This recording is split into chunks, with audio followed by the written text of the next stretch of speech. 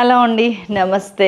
Green డ్రెస్లో green పచ్చిమిరపకాయలు వేసుకొని వచ్చేసాను. సూపర్ రెసిపీ అండి. ఇది కొత్తగా ఉంటుంది, స్టన్నింగ్గా ఉంటుంది. అరే దీంతో కర్రీ చేస్తారా అని ఉంటుంది. మిర్చి మిరపకాయలానే ఉంటుంది, మొత్తం ఇది అయిపోతుంది. ఒక మిర్చి ఎంత అన్నం కలుస్తుంది అంటే అంత అన్నం కలుస్తుంది. ఎలా చేయాలో చూసిద్దాం రండి. కావాల్సిన ఇంగ్రీడియంట్స్ ఒక్కసారి చూద్దాము. పచ్చిశనగపప్పు, మినప్పప్పు, నువ్వులు, జీలకర్ర, ధనియాలు, అల్లం, వెల్లుల్లి, చింతపండు, ఉల్లిగడ్డ, కొత్తిమీర, ఆయిల్, పాలు, గరం మసాలా, బజ్జీ మిర్చి. Simple and sweet. ఫస్ట్ ఏం చేస్తారంటే ఇది ఉంది కదా, దీనికి మధ్యలో ఇట్లా గంటు పెట్టుకొని దీంట్లో మిరపకాయలని ఖాళీ చేసి దీన్ని ఇట్లా పొడిగా ఉంచండి. పెద్దగా ఏం కారం ఉండవండి ఇవి, కానీ పైన అది చాలా బాగుంటుంది. ఇట్లా కొంచెం దులిపి పక్కకు పెట్టండి. దీన్ని ఇలా ఇవన్నీ మనకి పనికొస్తాయి, వేస్ట్ అవ్వవు. గింజలు మనకి కావాలి తీసి పెట్టండి. ఇవి కూడా పనికొస్తాయి మనకి. సో ఇలా తీసి అన్ని రెడీగా పెట్టుకుందాం. ఈలోపు ఏమేమి ఫ్రై చేసి ఏమేమి చేయాలో చూపిస్తా. అండ్ దెన్ ఇంకొక కడాయి తీసుకున్నాను, కొద్దిగా ఆయిల్ పోస్తా, వెరీ లిటిల్, జస్ట్ గింజలు వేగటానికి అంతే. కావాల్సినంత నూనె పడుతుంది దీనికి, టెన్షన్ ఏం లేదు. అయ్యో ఇంతేనా ఆయిల్, కొంచెం పడుతుంది. ఇంకా కాలింది, ఇదిగోండి ఒక 2 టీ స్పూన్స్ పచ్చిశనగపప్పు, 2 టీ స్పూన్స్ మినపప్పు, ఒక 1.5 టీ స్పూన్ జీలకర్ర, 2 టీ స్పూన్స్ ధనియాలు, వెల్లుల్లమ్మ ఉండనే ఉంటుంది కొంచెం ఎక్కువ తక్కువ. వీటన్నిటితో పాటు కొద్దిగా అల్లము చిన్న ముక్క, అండ్ దెన్ ఉల్లిగడ్డ. ఇది కొంచెం ఫ్రై అయినాక వేస్తాను ఉల్లిపాయ, అందుకే కొంచెం ఇది తీసుకున్న ఆయిల్ పర్ఫెక్ట్గా ఎగుతాయి. ఉల్లిగడ్డ,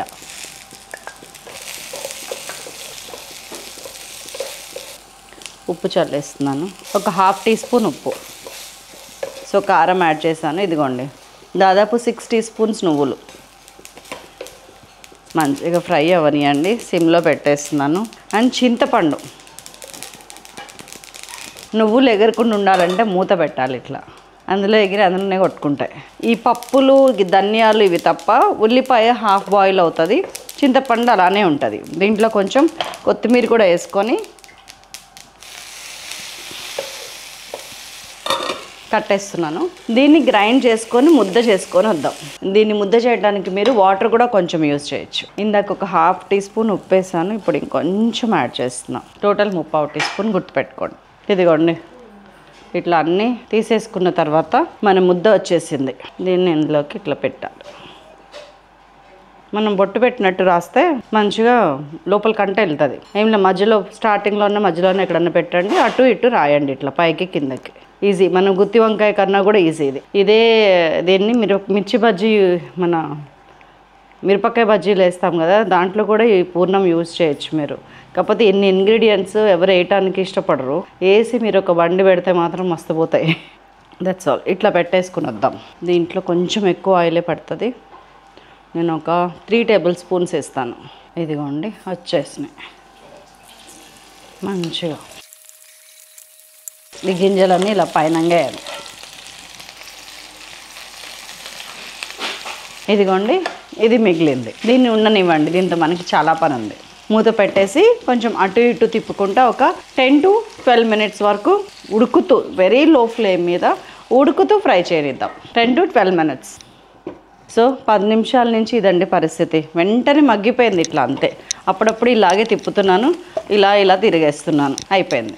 సో ఇప్పుడు కొన్ని పాలు తీసుకొచ్చాను, కాగిన పాలు. దాంట్లోకి ఈ పిండి వేసి కలిపేస్తున్నా. ఇందులో మిగిలిన ముద్ద పాలు వేసినట్టు ఎవ్వరికి తెలియదు. టేస్ట్ మాత్రం నెక్స్ట్ లెవెల్ ఉంటుంది, కమ్మగా వస్తుంది. పెరిగేస్తేనేమో ఆల్రెడీ మనం చింతపండు వేసినాం, పులుపు ఎక్కువ అయిపోతుంది. పాలు వేస్తే దాన్ని బ్యాలెన్స్ చేస్తుంది. దీన్ని పైనంగా వేసేస్తున్నా.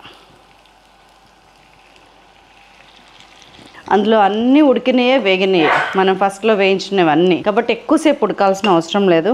ఇంకా ఎంతసేపు అని మీరు టెన్షన్ పడకండి, నన్ను టెన్షన్ పెట్టకండి. ఇగోండి కొంచెం గరం మసాలా ఇట్లా చల్లుకుంటున్నా, వెరీ లిటిల్, ఒక 1/2 టీ స్పూన్ కూడా లేదు. మళ్ళీ ఫిర్సే మూత. ఈసారి జస్ట్ ఒక 2-3 మినిట్సే. అయిపోయింది. ఆయిల్ చూసారా ఇట్లా బయటకు వచ్చిందో, అంతే. That's all. పాలు ఇరగని కూడా ఇరగలేదు చూసారా. మీరు ఇందులో పాలు వేసినట్టు మీరు చెప్పాల్సిందే కానీ ఎవ్వరికి తెలియదు. సో మన కర్రీ అయిపోయినట్టే. కొంచెం కొత్తిమీర చల్లుకొని దించేస్తే అద్భుతమైన బజ్జీ మిర్చి మసాలా ఫ్రై రెడీ అయిపోయింది. దీని టేస్ట్, దీని స్పెషాలిటీ మామూలుగా ఉండదు అసలు. అన్నంలో ఇట్లా చిదుపుకొని తింటుంటే ఉంటుంది నెక్స్ట్ లెవెల్. కట్టేస్తున్నాను ఇలా. సుతారంగా షిఫ్ట్ చేయాలి, అప్పుడే దీని అందం. కర్రీ ఎంత బాగా చేసినా దీన్ని తీసుకెళ్ళి ఒక సత్తు గిన్నెలో పడేస్తే ఎలా ఉంటుంది, ఆ టేస్ట్ అనిపిస్తుందా, చూడగానే తినాలనిపిస్తుందా? నేను ఇలా నీట్గా డెకరేట్ చేయండి. That's all. చాలా బాగుంది కదా, చేస్తారా? నేను తిని చూపించలేను, నాకు అస్సలు ఆకలేదు కొంచెం కూడా, కానీ నేను చూస్తుంటే ఆకలిస్తుంది. తింటా, ఆరామ్సే తింటాను. మరొక అద్భుతమైన ఎపిసోడ్తో మిమ్మల్ని మళ్ళీ కలుస్తాను. అందరికీ సెలవు, నమస్తే. మీ శైలజ.